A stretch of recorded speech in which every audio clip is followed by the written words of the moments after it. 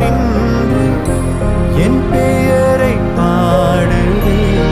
நேற்று நாளை வந்த விதையடா, இன்று நீ நான் தேடும் நிழலடா.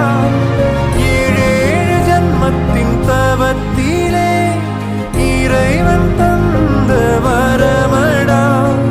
உந்தன் மடி மட்டும் வேண்டும், போகும் வரை இந்த அன்பே போதும்.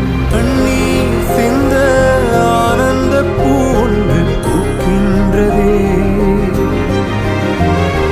பாரம் தாங்கி தளர்ந்த இதயம் கை வீசுதே.